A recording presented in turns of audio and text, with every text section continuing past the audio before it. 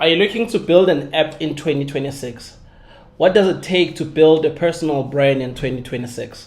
Today, we're going to be unpacking that and we're going to be helping you go on a journey to explore that world if it is in your dreams. Sawubona, welcome to All Things Leadership Podcast. My name is Nhlakanipho Hadebe and we speak to people who are executing on their dreams.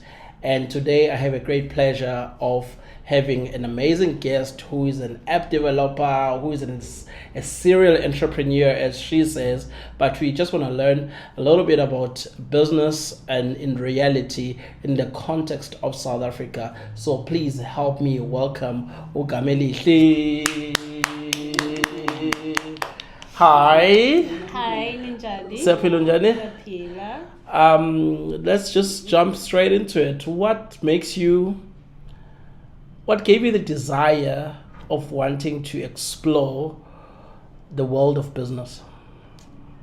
Freedom, not being constrained by time that other people have set for you. Nakon, I didn't really jump. I didn't always want to be in business. I didn't jump into it. But as time went on, you see how it leads you to bigger things, and you're like, oh, I like this. It works for me. So it's just like a shoe. You try and you find the one that fits, and you find the one that likes you and fits, and then you just keep going for it with that. So there's a phase in life where you are dreaming, and there's a phase in life when you're executing. Mm-hmm. What pushed you to start that small projects that you were trying out? Because to move from idea phase to execution phase. I would say all things money. But I will also say a bigger motivation is if you have an idea in your head, and then when you actually see it materialize, especially if it was an idea, when you're still thinking and writing it down, it seems huge. But when you see it materialize, you actually get to see no, hey, I'm human. This idea therefore came to me as a human. So what's stopping me from actually making it happen? I'm not saying it's going to be easy from start to things you've written down. Sometimes along the way have to pivot, which is another essential word for abantu who have in a business, pivot.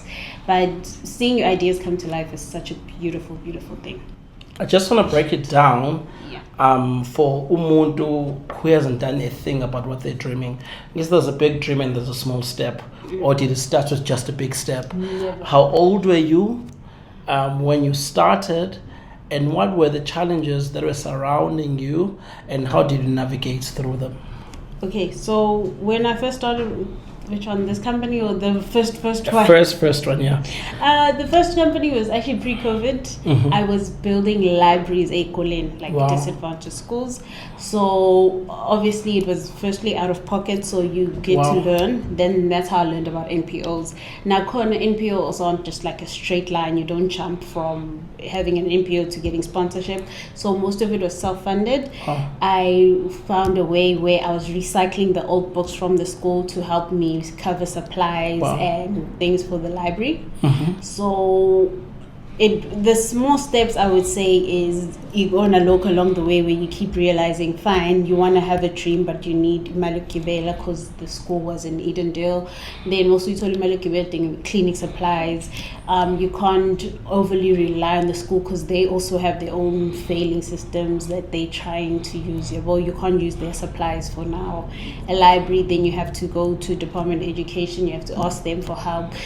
So all these small steps I would say the most important thing though is to start, because as soon as you start, then you find that what you had in your head is not what's going to happen in real life. But again, everything you learn along the way, no matter how irritating or how hard it is, teaches you something and leads you somewhere. But what made you pick a library space? I would say sweet, but my library. I love reading. Mm-hmm. So my initial goal is to create a reading system where it connects the parents and the child.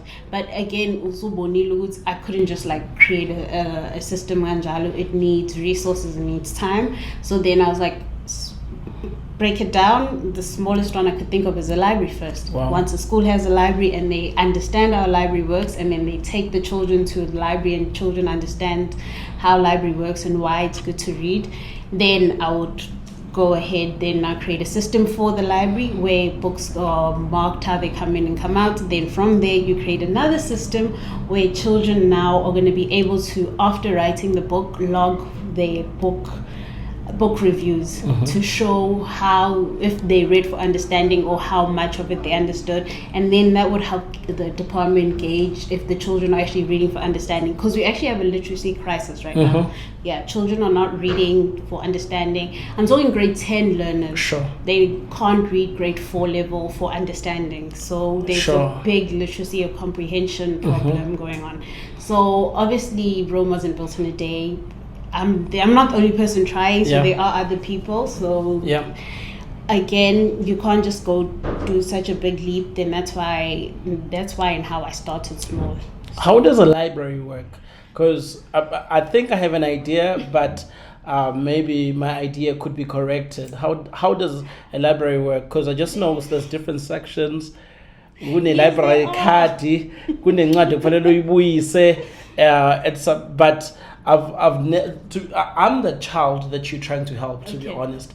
You know, I just know it's a big, beautiful building with colors, but in terms of going through the system of how the library works, I have no idea. So please educate us. Okay, so you have the library, the building itself, then you have the books, and then the books are sectioned off. There's mainly, this is just like main, there's fiction and there's non-fiction. Fiction is your fairy tales, since you've wanted the perspective of a child, and your non-fictions are actually true events. So those would be your references or your research books. So then also non-fiction goes into, just like fiction, but fiction, it goes into categories. Then there would probably, if it's a children's section, there would probably be like first-time readers. There'd then be books on on how to be a good friend, thinking anything relating to children, how to be a good friend. There'll be books on how to communicate, like how to talk to your parents. We have a very big issue on bullying, so we need those type of books. There'll be books on like a story of how a child who was bullied was able to tell their parents, and then the bullying stopped. So through those books, a child is actually able to see themselves, which is the good thing about writing. You actually take yourself out of the situation, you see it through someone else's eyes, but even if you're going through it, then you now see a new way for you to handle a situation by putting yourself in someone else's shoes. And another thing that teaching reads is empathy. You're able to see things through so many people's perspectives, because a book doesn't just jump into the character. Sometimes it sets out the scene. So everything you think you would do different, you also have to put yourself back in that scene. So creativity, empathy, these are all things that are pushed through in writing and reading. So which is why it's very, very important. And it's saddening that we actually have a comprehension problem right now. I think you have a business idea. Which would be... Build libraries for rich people in their homes. Access though. Now we need access. Easy. Access. Yeah, LinkedIn. But wow, that's incredible. And did COVID stop you from that initiative? Then how did you navigate around it, or did you just put a pause and hustled something else? What happened? COVID did stop me, and then for that I do want to go back, but I had to unfortunately stop because people weren't now giving out sponsorships as easily. But then now as you grow, you build connections, so it's probably going to be a bit easier if I go back now. And then that's when I really don't remember the very, very first business idea I had, but it also failed. But I also had a business idea. Let's get to the one that was failing. Yeah, the very first one, I know it failed. I just don't remember what it was. Okay. Yeah, but then the second one, it did well-ish. It didn't do good though, because I'm not doing it anymore. It was snack boxes. Okay. So it was a bit after COVID, I think. Influence is no longer built in boardrooms or meeting rooms. Now it's built in your voice. At A46 Tech Studios, we make podcasting so simple, polished, and professional. No need to stress about technical stuff or learn about equipment. Only just your voice, your story, and your impact. Whether you're a CEO, a coach, a change maker, or a content creator, this is your moment. 2026 belongs to the voices that prepare now. Click the link below to join our waitlist. It's 2022. The rules were still like very harsh. So you would find the thing where like there were schools and some schools were not allowing certain foods and certain brands. Yeah. So then I had this idea of like, what if I pre-packed lunches for the children and when they get to school, I bring them like just before break. Sure. So I did that, but I didn't really take. It didn't take, not because it wasn't a good idea. It didn't take because I did not have the right resources. Sure. Things like Totsi Ikole, they scattered between six different areas. You need to find your way around them. Mukumbulu, there's transport costs, there's profits, so it's an idea that needed me to approach the schools first more than the parents. So again, we live and we learn, and I did realize that I'm actually lacking a lot of resources to carry on. So I went back to doing these normal snack boxes with your chips and your Cokes and your little juice boxes, right? But then I also stopped that along the line because there's also transport costs of sourcing and advertising, which then got me to learn about digital advertising, which is also then became a business idea for me. How now, because I'm doing digital advertising for other people. Yeah, that's amazing. That's amazing. But were you always a kid that always wanted to try something new, or what? I'm trying to understand what was it that pushed you in the inside to start moving and not fear? Because obviously there are certain obstacles that you come across as you start and try something, basically what you've explained to me is what you're a risk taker, but what's the thing that has pushed you to take those risks? As weird as it's the life I have made, or I told myself I deserve in my head. Yes. Okay. It's a very weird thing because it's like I can't settle because this is where I want to go. It may seem impossible to a lot of people, but for me, not a cleaner, because it can't be, because what if I achieve it and then it can't be the end all be all, but this is where I would want to see myself operating from. Especially, I know if I move from where I am now to where I want to be, I'll be operating more on a level of security than I am now, which is survival, which also determines a lot of the businesses I do decide to do or I don't decide to do. There's also those things, operating from survival as opposed to operating from a surety is also another thing that I don't know, hinders a lot of people. Which is also something I do want to do business workshops on, to get people out of that mindset. It's very good to be fearful. Fear keeps you going. I don't want to lie, because if you fear losing something, then you make sure you become as good as possible with it, because so being fearful is good, but then you need to take that fear from making you stuck and stagnant and then use it as fuel to go forward. Wow. So fear, you need fear, but you just need to use it in a different way. That's fire. And who are some of the most who are the people who have influenced your leadership and your growth as a young lady in South Africa? It's mostly females. It's mostly females. I would say Kuno Mambuzi Sokela. She is an entrepreneur. She owns multiple garages. She's on the chairman board of I think the board of directors of Comrades. Wow. And then her Mam Shugu. And there is a lot more, but the ones who come to mind, those ones are actually people who've actually given me a chance. Sure. They let me Love sit it. down and they gave me a chance. So they are the females where I'm going to say, like, okay, when That's I look cool. at myself and I look where my life is going, I'm like, since I'm in rooms with people like this, I think it's going the right way. That's good. That's good. And I guess then that too also helps. Once you get yourself into a room, being the youngest there, and not looking at it from a perspective of jealousy, you look at it from a perspective of, okay, I must be doing something right if I know people who have this, which is something I want. Yeah. Yeah, that's so cool. And how has your ukula kwakhe ekhaya shaped you into the person that you are now?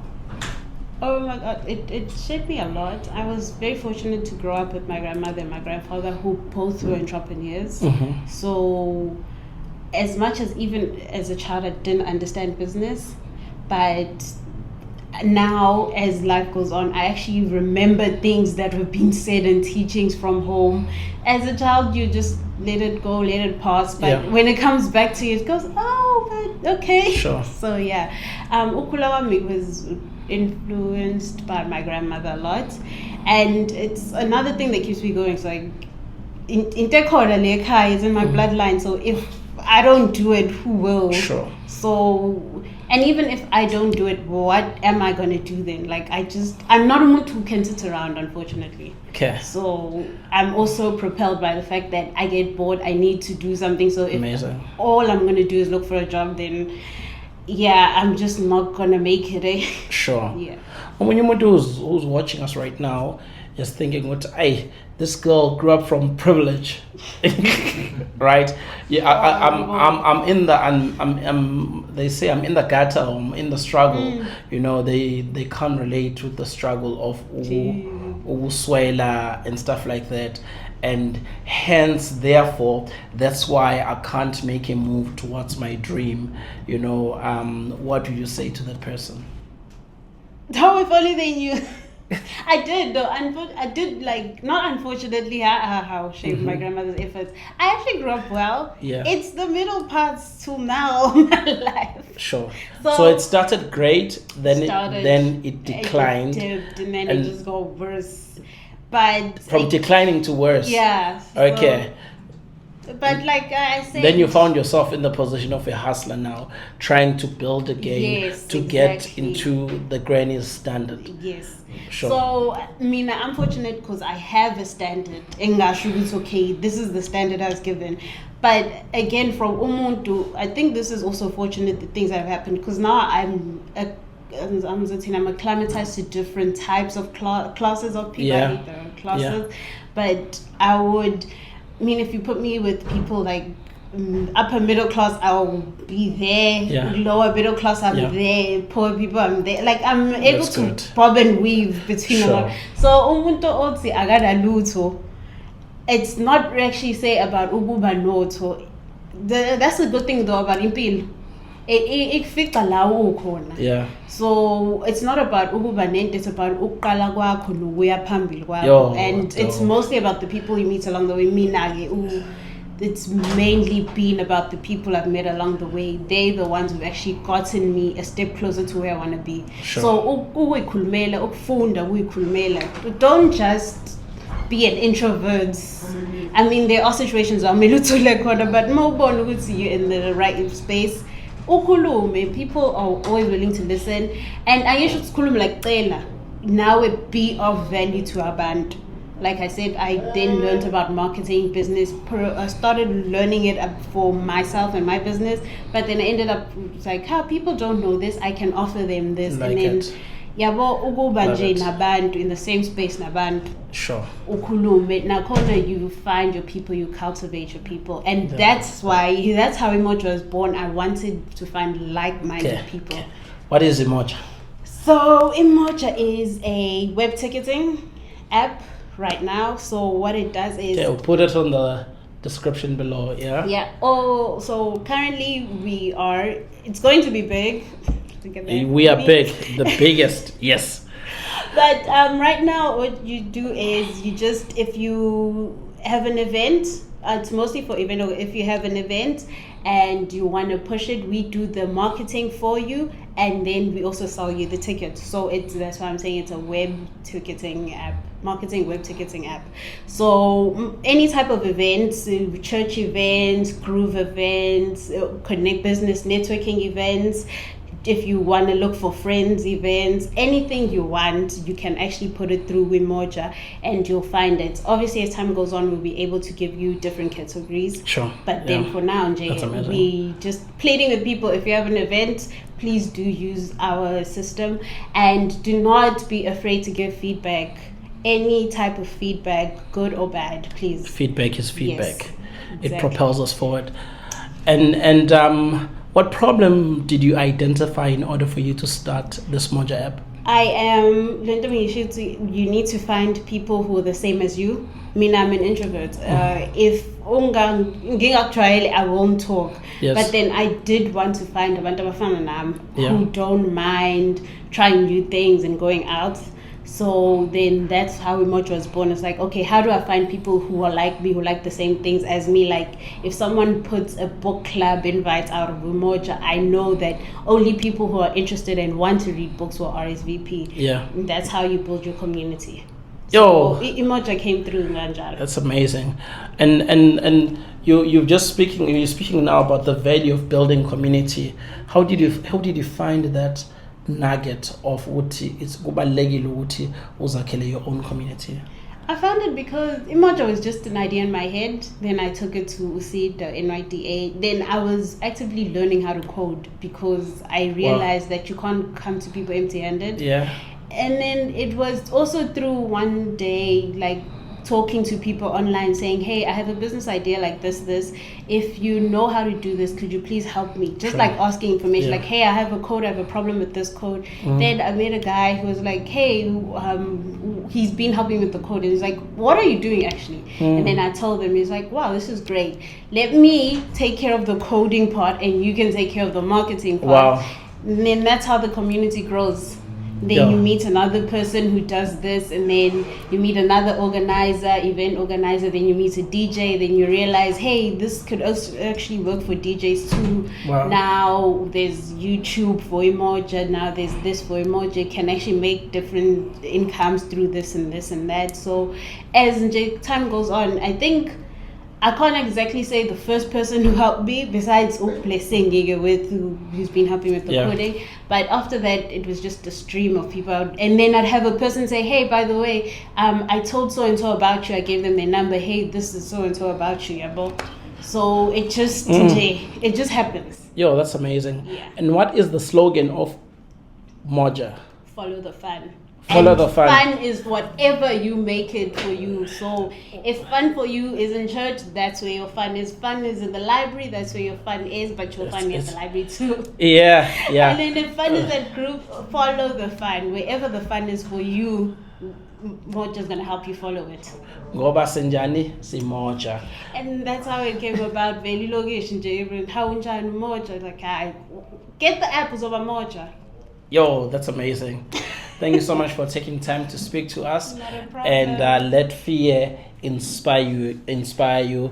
Do not run away. Thank you so much. I'll see you on the next episode. Danko.